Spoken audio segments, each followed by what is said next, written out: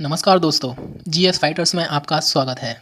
दोस्तों, आज से हम शुरू करने जा रहे हैं एक नई टेस्ट सीरीज़ जिसका नाम है टारगेट सीरीज़। और ये test series Uttar Pradesh police जो आगामी परीक्षा होने वाली है, जिसके लिए नोटिफिकेशन बहुत जल्दी जारी हो जाएगा, उसको ध्यान में रखते हुए हमने ये टेस्ट सीरीज़ तैयार की है। दोस्तों, हमने ये टेस्ट सीरीज़ पूरे सिलेबस के अकॉर्डिंग तैयार की है। प्रीवियस ईयर का जो क्वेश्चन पेपर हैं उनको एनालिसिस करने के बाद और पूरा सिलेबस का अध्ययन करने के बाद हमने ये टेस्ट सीरीज़ तैयार की है। यकीन मानिए, ये टेस्ट सीरीज़ आपको जीएस में बहुत ज़्यादा कंफर्ट फील कराएगी। ठीक है, अगर आपको टेस्ट सीरीज़ पसंद आती है, अच्छी लगती है, तो आप कमेंट सेक्शन में लिखिए, हम इसको कंटिन्यू करेंगे। और आपको लगता है कि इसमें कोई बदलाव की ज़रूरत है तो please write it in the comment section. हम ज़रूर कोशिश करेंगे आपकी हर क्वेरीज़ को कंप्लीट करने की। ठीक है, तो चलिए वीडियो शुरू करते हैं। पहला प्रश्न देखिए, क्वेश्चन को अटेम्प्ट करने का सबसे अच्छा तरीका होता है कि वीडियो को क्वेश्चन पे ही पॉज कीजिए और पहले खुद से ही क्वेश्चन को अटेम्प्ट करने की कोशिश कीजिए और उसके बाद फिर हमारा आंसर सुन लीजिए। ठीक है, इससे क्या होगा कि आपके अंदर एक कॉन्फिडेंस बिल्डअप होगा और आपको लगता है कि कोई टॉपिक कमज़ोर है आपका, तो उसको आप रिवाइज़ कर सकते हो फिर से। ठीक है, चलिए शुरू करें। पहला प्रश्न है, भारतीय संविधान के किस अनुच्छेद के तहत प्रत्येक नागरिक का यह कर्तव्य है कि वह राष्ट्रीय महत्व के स्मारकों, स्थलों और वस्तुओं का संरक्षण करे? ऑप्शन है अनुच्छेद संख्या 48, 49, 50 और 47। ठीक है, इस प्रश्न का सही उत्तर है ऑप्शन नंबर बी, 49। और बाकी के ऑप्शन को देख लेते हैं हम। आर्टिकल नंबर 48 में बोला गया है कि जो कृषि पशुपालन है वो वैज्ञानिक तौर तरीकों को उसमें अपनाया जाए। और आर्टिकल नंबर 50 ये कहता है कि जो कार्यपालिका है वो न्यायपालिका से अलग है, उसका पृथक्करण की बात करता है। यानी कार्यपालिका का अपना अलग क्षेत्र है और न्यायपालिका का अपना अलग क्षेत्र है। ठीक है, और आर्टिकल नंबर 47 ये कहता है कि राज्य लोक स्वास्थ्य में सुधार के लिए और जो मादक पेय पदार्थ हैं, यानी कि जो नशीले पदार्थ होते हैं, उन पर प्रतिबंध लगाने का प्रयास करेगा। और चूंकि ये सभी आर्टिकल डीपीएसपी के अंतर्गत आते हैं, तो इनको आप कोर्ट में चैलेंज नहीं कर सकते। ये राज्य पर डिपेंड करता है कि वो इनको लागू करे या ना करे। ठीक है, तो पहले प्रश्न का उत्तर है ऑप्शन नंबर बी। और दूसरा प्रश्न है, तथागत बुद्ध के प्रवचनों का संकलन है, यानी बुद्ध ने जो प्रवचन दिए थे उनको किस बुक में कंपाइल किया गया है? ऑप्शन है सुत्त पिटक, विनय पिटक, अभिधम्म पिटक और जातक कथाएं। तो सही उत्तर है ऑप्शन नंबर ए, सुत्त पिटक में बुद्ध के प्रवचनों का संकलन किया गया है। विनय पिटक में जो बौद्ध धर्म के नियम और कायदे कानून हैं उनको कंपाइल किया गया है। जातक कथाओं में बुद्ध की जो पुनर्जन्म की कथाएं हैं, कहानियां हैं, उनको इसमें रखा गया है। ठीक है, चलिए क्वेश्चन नंबर है 3। क्वेश्चन नंबर 3, भारत के प्राचीन 16 महाजनपदों में से, यानी कि जो भारत में 16 महाजनपद थे उनमें से एकमात्र ऐसा जनपद था जो दक्षिण भारत में था और गोदावरी की गोदावरी नदी के तट पर स्थित था। आपको बताना है वह कौन सा महाजनपद था जो दक्षिण भारत में गोदावरी नदी के तट पर स्थित था। ऑप्शन है अवंती, गंधार, वत्स, अस्मक। तो सही आंसर होगा इसका option number D, Asmaka. Option question number है 4, हाल ही में मणिपुर में लागू आर्टिकल नंबर 355 का संबंध है? देखो, ये कॉमन सेंस वाला क्वेश्चन है। आपको पता होना चाहिए कि मणिपुर में अभी फ़िलहाल में दंगे बहुत चल रहे हैं और इसको कई महीने हो गए। ठीक है, तो कॉमन सेंस के हिसाब से देखोगे तो ये बात करता है या तो राष्ट्रपति शासन व्यवस्था की बात करेगा या करेगा राज्य की संरक्षा हेतु केंद्र का कर्तव्य है। तो ऑप्शन ए तो आंसर है नहीं इसका। Option number D is the right answer of this question. Question number 5, देखो, भारत की एकमात्र नदी जो कर्क रेखा को 2 बार काटती है। आपके ऑप्शन है लूनी, घाघरा, गंडक और माही। तो सही आंसर होगा इसका माही। Option number D is the correct answer of this question number 5। Okay, question number 6 है, उत्तर प्रदेश के ऐसे कितने ज़िले हैं जो एनसीआर क्षेत्र में आते हैं, यानी कि राष्ट्रीय राजधानी क्षेत्र में आते हैं? देखो, राष्ट्रीय राजधानी क्षेत्र मतलब दिल्ली के आसपास के जो ज़िले हैं उत्तर प्रदेश के, ऐसे ज़िलों की संख्या है 7। Option number C is the correct answer. यानी कि जो दिल्ली के आसपास के जो एक क्षेत्र के जो हैं ज़िले हैं, जैसे गाज़ियाबाद हुआ, गौतम बुद्ध नगर, बुलंदशहर, हापुड़, मेरठ और मुजफ्फरनगर, ये 7 है टोटल। ठीक है, आप इनको एक बार ध्यान रख लीजिए। चलिए क्वेश्चन नंबर 7। क्वेश्चन नंबर 7 कहता है कि भारतीय अनुसूचित जनजाति आयोग का गठन किस अनुच्छेद के तहत किया गया है।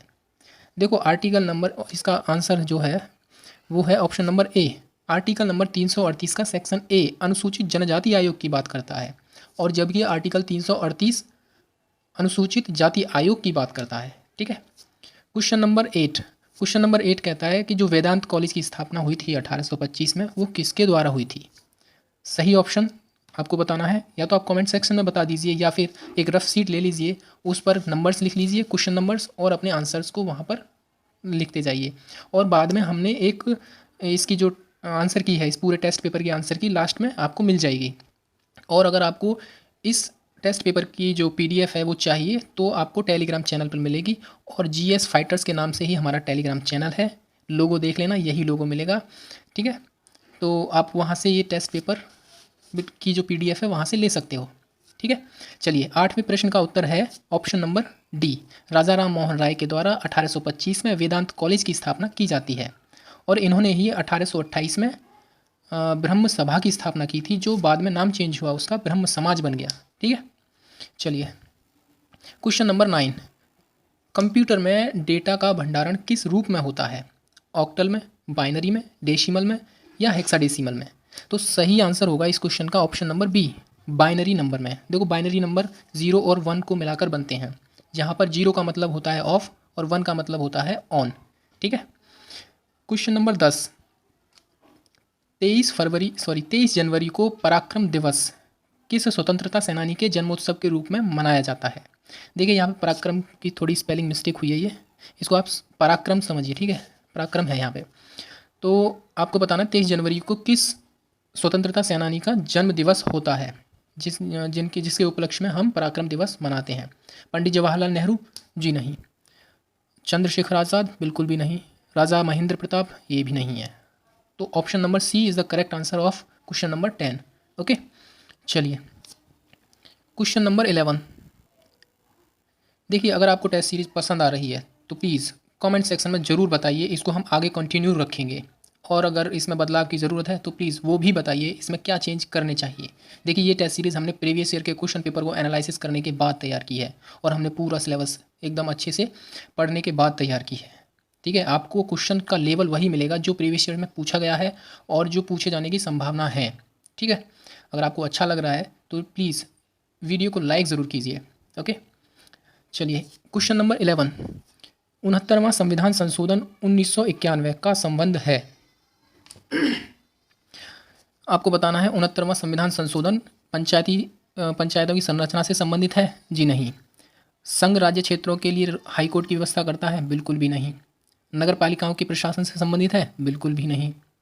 ये 69वां संविधान संशोधन दिल्ली को राष्ट्रीय राजधानी क्षेत्र का दर्जा देता है, यानी option number D is the correct answer of this question. Question number 12। Bharat में सर्वाधिक क्षेत्रफल पर किस प्रकार की मिट्टी पाई जाती है। बहुत ही इजी क्वेश्चन है, उम्मीद करता हूँ इसका आंसर आपने कर लिया होगा। ऑप्शन नंबर ए यानी जलोढ़ मिट्टी। ठीक है, चलिए क्वेश्चन नंबर है 13। सबसे छोटा पुष्प कौन सा है, यानी फूल कौन सा है। देखिए सबसे बड़ा होता है रेफ्लेसिया। ठीक है, सबसे बड़ा फूल होता है रेफ्लेसिया का, और सबसे छोटा होता है वुल्फिया का। 14वां प्रश्न है, भारत के आइंस्टीन के रूप में किसे जाना जाता है। नागार्जुन, समुद्रगुप्त, चाणक्य या सम्राट अशोक। सही आंसर है ऑप्शन नंबर ए, नागार्जुन को भारत का आइंस्टीन के रूप में जाना जाता है। ठीक है, देखिए इस टेस्ट पेपर की PDF आपको लेक्चर इसके टेस्ट पेपर के एंड में मिल जाएगी। ठीक है, आप वहाँ से अपने सारे क्वेश्चंस को मैच कर सकते हो। ओके, भारतीय मानक समय रेखा 82.5 डिग्री पूर्वी देशांतर कितने राज्यों से गुजरती है। 4 राज्य, 5, 6 या 7।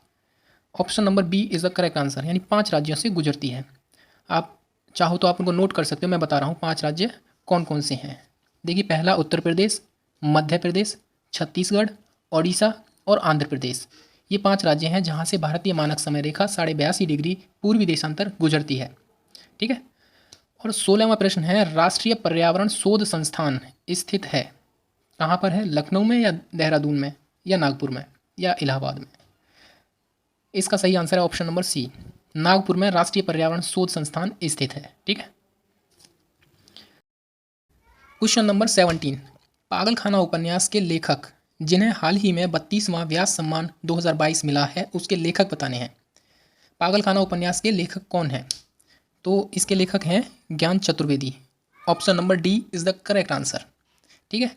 और एक और एक और बुक ज़्यादा फेमस रही थी, उपन्यास टॉम्ब ऑफ सैंड, जिसको गीतांजलि श्री ने लिखा है। आशा पारेख को दादा साहब फाल्के अवार्ड दिया गया है अभी। 18वां प्रश्न है, संयुक्त राष्ट्र संघ के द्वारा 2011 से 2020 के दशक को घोषित किया गया है। जनसंख्या दशक, जैव विविधता दशक, आर्टिफिशियल इंटेलिजेंस दशक या जल संरक्षण दशक? सही आंसर है इस क्वेश्चन का ऑप्शन नंबर बी, जैव विविधता दशक संयुक्त राष्ट्र के द्वारा 2011 से 2020 के किया गया है घोषित। ठीक है। और क्वेश्चन नंबर 19, शरीर के आंतरिक अंगों का अध्ययन करने वाले यंत्र को क्या कहा जाता है? हैग्रोस्कोप, क्रेस्कोग्राफ, एंडोस्कोप या कैलिपर्स? सही आंसर है इसका एंडोस्कोप। ठीक है।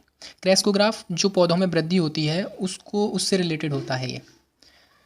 और 20वां प्रश्न है, सुल्तानपुर पक्षी अभयारण्य किस राज्य में है? राजस्थान में, मध्य प्रदेश में, हरियाणा में या उत्तर प्रदेश में? इस प्रश्न का सही उत्तर है हरियाणा में। सुल्तानपुर पक्षी अभयारण्य हरियाणा में स्थित है। ठीक है। क्वेश्चन नंबर 21, बर्ड फ्लू का संक्षिप्त रूप है। देखो, एक होता है स्वाइन फ्लू जिसको H1N1 बोला जाता है, स्वाइन फ्लू को H1N1 बोला जाता है, और एक होता है बर्ड फ्लू जिसको H5N1 बोला जाता है। तो option C is the correct answer. Okay. Nalanda विश्वविद्यालय की स्थापना किस शासक के समय में हुई थी?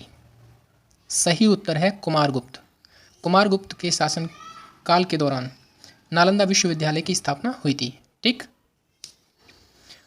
क्वेश्चन नंबर है 23, वर्तमान में उत्तर प्रदेश विधानसभा के अध्यक्ष कौन है? बहुत इजी प्रश्न है। ठीक है। योगी आदित्यनाथ। योगी आदित्यनाथ है क्या? बिल्कुल नहीं है जी। Satish Mahana is the correct answer. Option number C correct answer है क्वेश्चन नंबर 23 का। उत्तर प्रदेश विधानसभा के अध्यक्ष हैं सतीश महाना। ICAR इसका पूर्ण रूप क्या है? ICAR की फुल फॉर्म बतानी है आपको। चलिए मैं डायरेक्ट आंसर बता रहा हूँ इसका। Option number C, Indian Council of Agricultural Research, इसका पूर्ण रूप है ICAR का। ओके।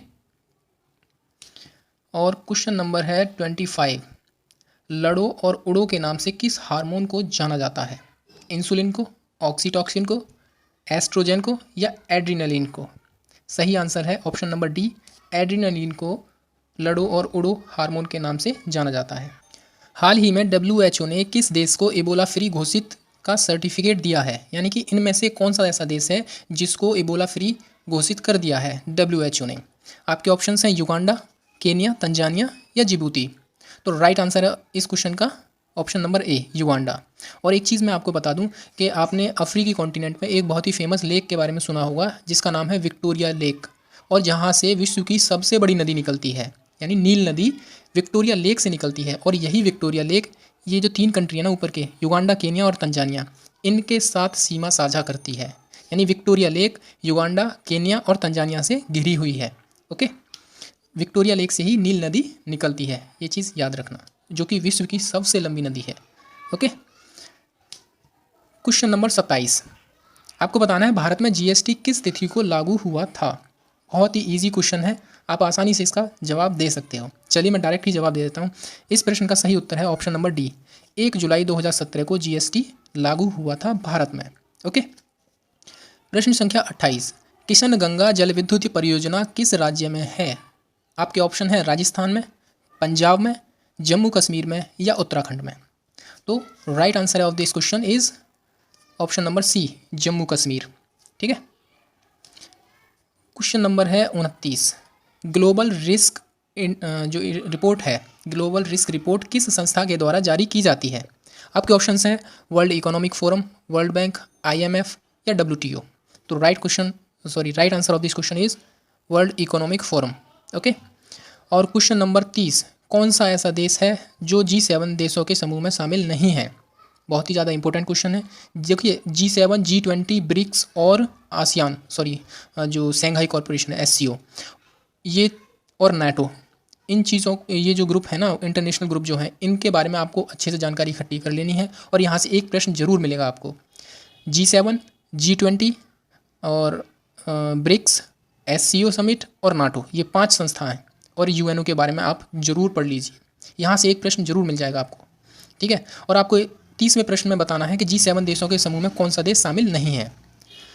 इटली, जापान, ऑस्ट्रेलिया या जर्मनी, ठीक है। सही आंसर है इसका ऑस्ट्रेलिया। देखो मैं आपको बता रहा हूँ कौन कौन से देश हैं, आप उनको चाहो तो लिख सकते हो। USA, Canada, France, Germany, Italy, Japan और यूनाइटेड किंगडम, ठीक है। ये 7 देश हैं जो कि G7 के सदस्य हैं। G7 पहले G8 हुआ करता था 2014 से पहले, जिसमें कि रसिया भी शामिल था, बट रसिया ने 2014 में यूक्रेन का एक क्षेत्र है क्रीमिया, उसको हथिया लिया इलीगली तरीके से। तो G7 कंट्रीज़ ने मिलकर रसिया को बाहर कर दिया 2014 में G8 ग्रुप से, ठीक है। और वही G8 अब G7 बन गया। ओके, क्वेश्चन नंबर है 31, सचिन एट 50, ये बुक किसके द्वारा लिखी गई है। देखिए सचिन अभी 50 वर्ष के हुए हैं, तो उनकी जो अचीवमेंट्स हैं उनको कंपाइल किया है इस बुक में। तो आपको बताना है सचिन एट 50 के लेखक कौन है, शशि थरूर, कैलाश गुप्ता, बोरिया मजुमदार या M.A. हसन। तो सही आंसर है बोरिया मजुमदार, ठीक है।